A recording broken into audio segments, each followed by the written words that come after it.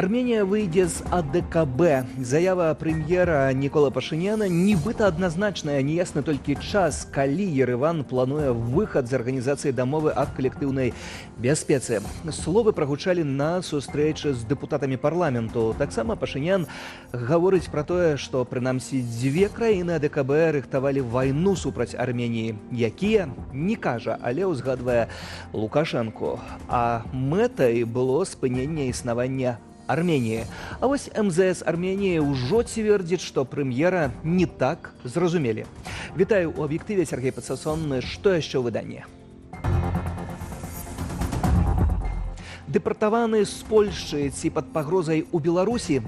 Некалькі гадзінаў беларус правёў у буфернай зоне. Польскі бок закрываў пераход. Што будзе з Дмітрыем Смактуновичам на радзіме?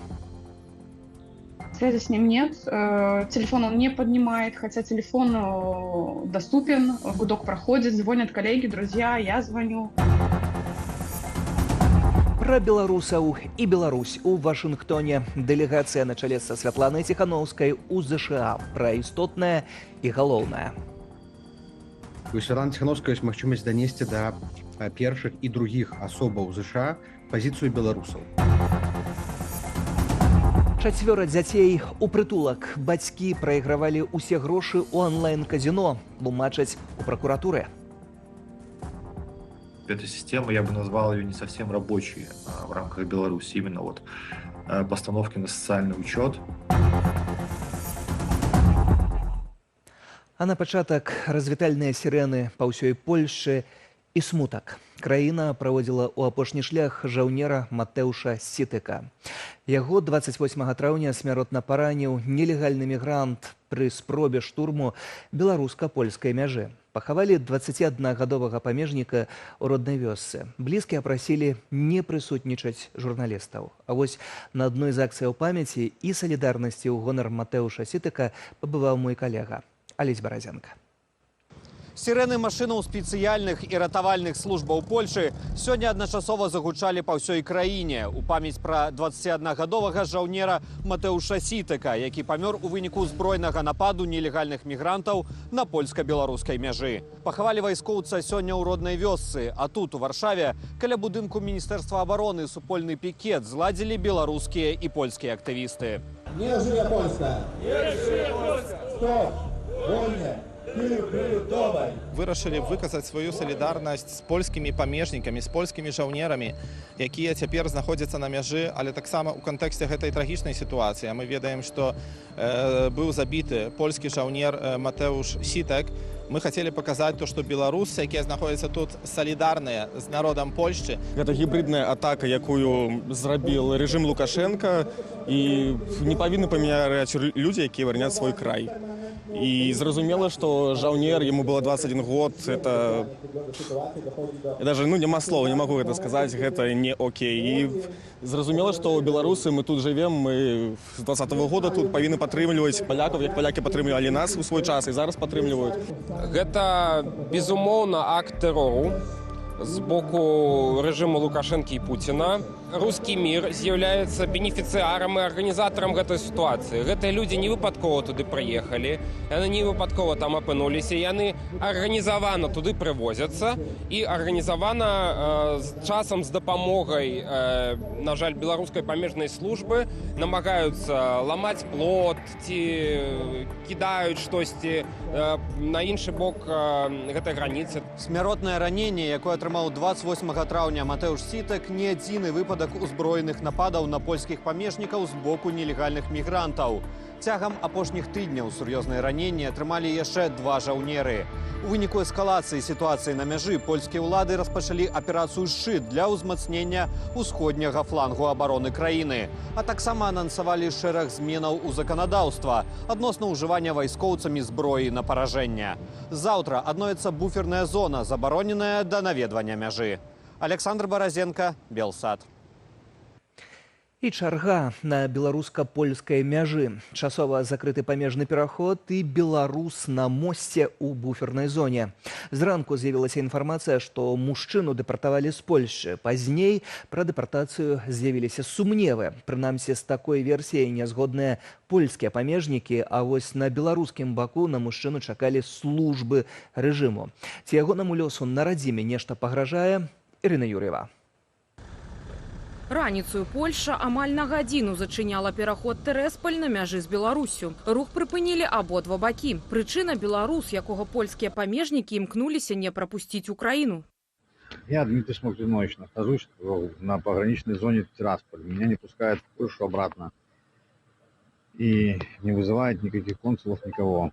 На беларускі бок Дмітрый Смоктунович пераходзіць не хацеў з захада ўласнай бяспекі. Паведаміла нам ягоная жонка Наталля. Тым больш кіроўцы аўтобусаў перадалі мужчыну, што ў пункце пропуску яго чакаюць працаўнікі КДБ і дзяржаўныя тэлеканалы. Хаця беларускі памежны камітэт запэўніваў, што Дмітрыю нічога не пагражае на радзіме.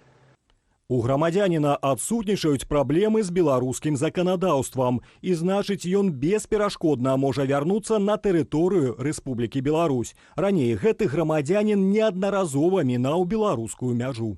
Дмітрыя намагаліся ўгаварыць перайсці на беларускі бок, заклікаючы да сумлення, маўляў, праз яго ўтвараецца затор. Пра гэта нам таксама апавяла Наталья. Он хотел стоять до конца. Если бы пришлось стоять 3 дня, он бы отстоял. Он очень упрямый, очень упрямый. Вот. Пусковым механизмом стало то, что польские пограничники принесли с собой баллон со слезоточивым газом огромный, который бьет на расстоянии 3-5 метров. Откуда такие точные знания? Потому что такой же баллон у меня муж возит с собой в такси под сиденьем.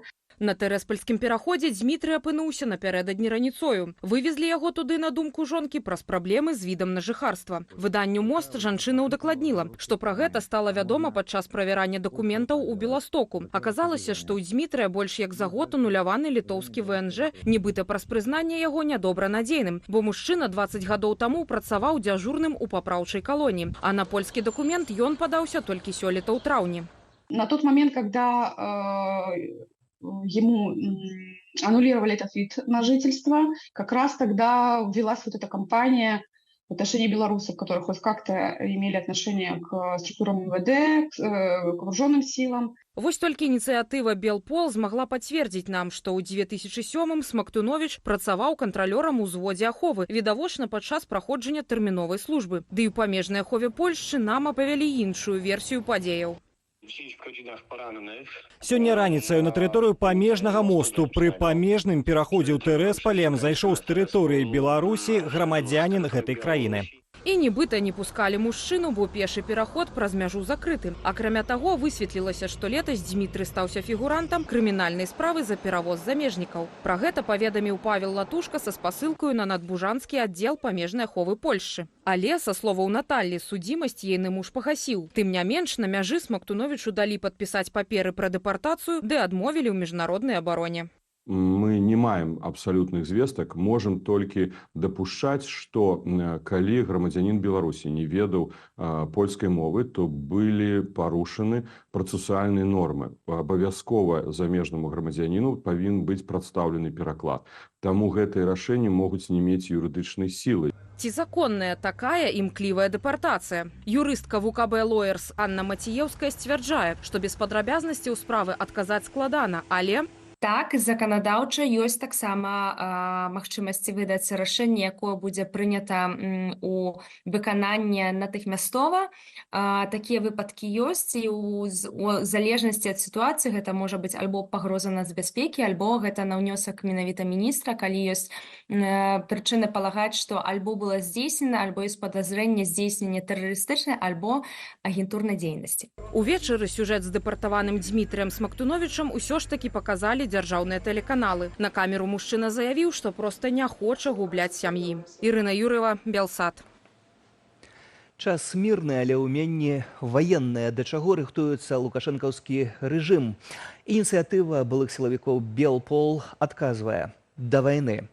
А пацверджанне знаходзім у перададзеным праекце пастановы Савета міністраў аб рэгламентацыі абарончых працаў грамадзянаў нібыта у мирны час. Толькі ў Белпол падкрэсліваюць, што за фармуліроўкай «мірны час» схаваныя зусім не мірныя працы. Сярод іх называюцца, напрыклад, упарадкаванне акопаў і бліндажоў, падрыхтоўка населеных пунктаў да абароны ды стварэння абарончых рубяжоў, разбор і расчыстка завалаў, направа пашкоджаных будынкаў, дарог ды чыгунак і таму падобнае. То бок дзеянні ў ваенных умовах фактычна названыя мірным часам. Таксама ў Белпол выклікае сумнеў і добровольны характер окресленных працаў.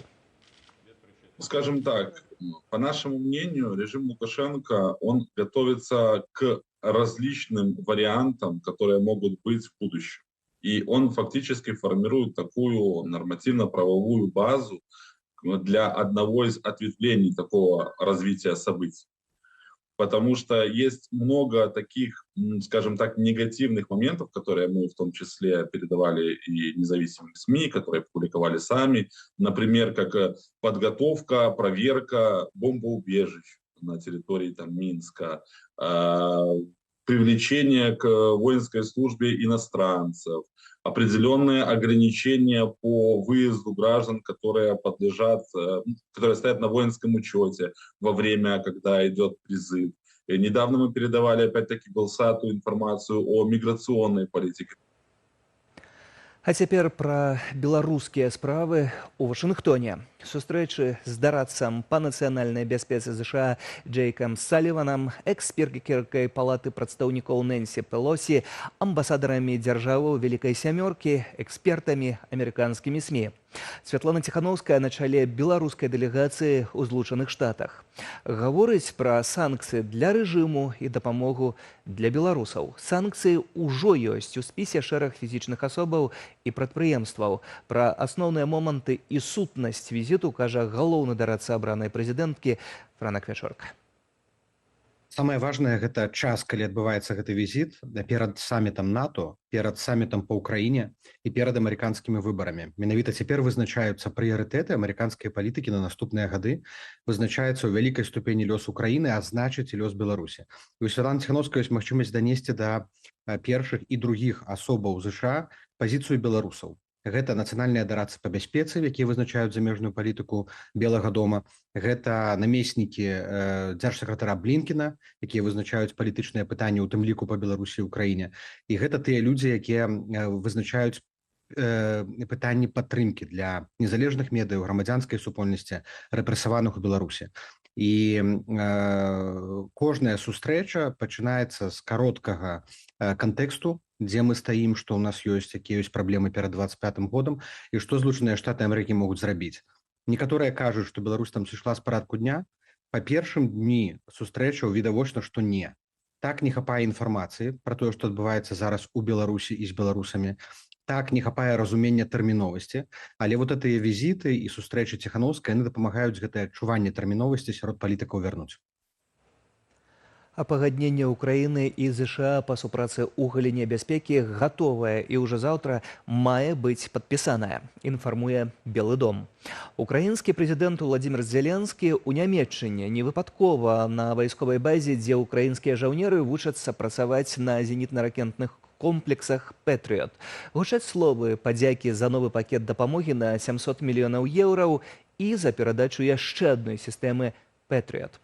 А вугорскі прэм'ер Віктор Орбан дамовіўся з генеральным сакратаром НАТО Йенсам Столтенбергам, што Вугоршчына не будзе блакаваць дапамогу Кіеву. Іншыя навіны замежжа ў нашым аглядзе. Чарговы масаваны абстрэл Кіева. Гэта быў камбінаваны расійскі авіяудар беспілотнікамі, крылатымі ракетамі, а таксама імаверна балістычнымі. Кіеўскія ўлады сцвярджаюць, што паветраная абарона Украіны збіла ўсе цэлі, пацярпелых няма. У Кіеўскай вобласці ў выніку абстрэлу загарэлася прадпрыемства, а скепкі збітых расійскіх дронаў пашкодзілі некалькі будынкаў. Прэзідэнт ЗША Джо Байден абвясціў, што прымае прысуд свайму сыну Гантару і нязменна паважае судовы працэс. Байдена-малодшага судзяць за тое, што калі ён у 2018 годзе купляў рэвальвер, не прызнаўся ў нарказалежнасці, а таксама за незаконнае валоданне зброяй. Прысяжныя аднагалосна прызналі Гантара Байдена вінаватым ва ўсіх пунктах. Яму пагражае да 25 гадоў турмы. дело Хантера Байдена, скорее всего, будет влиять на американскую политику исключительно и с психологической точки зрения. Точно так же, как и дело Дональда Трампа. Вряд ли это будет влиять на реальный рейтинг Джо Байдена. Вырок Хантеру Байдену вынесут за наиближэйшие 120 дзён. Дзяржаўны сакратар США Энтоні Блінкен прыбыў у сталіцу Катару Доху. Ён наведвае Блізкі ўсход, каб схіліць групоўку Хамас прыняць амерыканскі план замірэння ў Газе. Паводле якога Ізраіль пакідае буйныя паселішчы сектару, Хамас вызваляе ўсіх закладнікаў і абодва бакі спыняюць агонь на 6 тыдняў. Аднак Хамас выстаўляе свае ўмовы цалкам спыніць агонь і вывесці ўсё ізраільскае войска з Газы. Хамас прапанаваў шмат якія змены ва ўжо гатовую прапанову. Гэтыя змены мы абмяркоўвалі ўчора ўвечары з егіпецкімі калегамі, а сёння з прэм'ер-міністрам. Некаторыя змены можна выканаць, некаторыя не. Папярэдняе пагадненне, заключанае пры пасярэдніцтве Катару і Егіпту, групоўка Хамас прыняла, але адхіліў Ізраіль.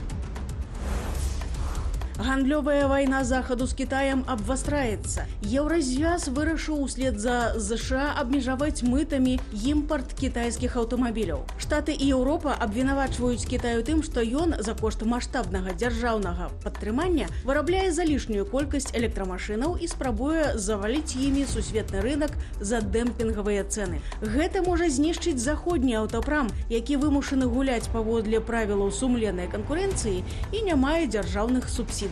Еўракамісія збіраецца падвысіць імпартныя мыты на кітайскія электрамабілі ад 20 до 38% з цяперашніх 10%.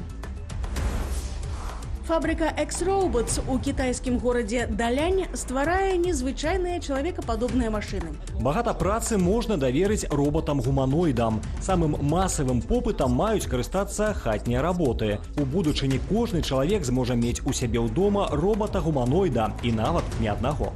Выраб чалавекападобнай машыны займае ад 2 тыдняў да месяца, а яго цана дасягае $275 000. Вытворцы спадзяюцца, што іхныя андроіды калі-небудзь будуць запатрабаваныя таксама ў медыцыне і адукацыі. Марына Яновіч, Белсат.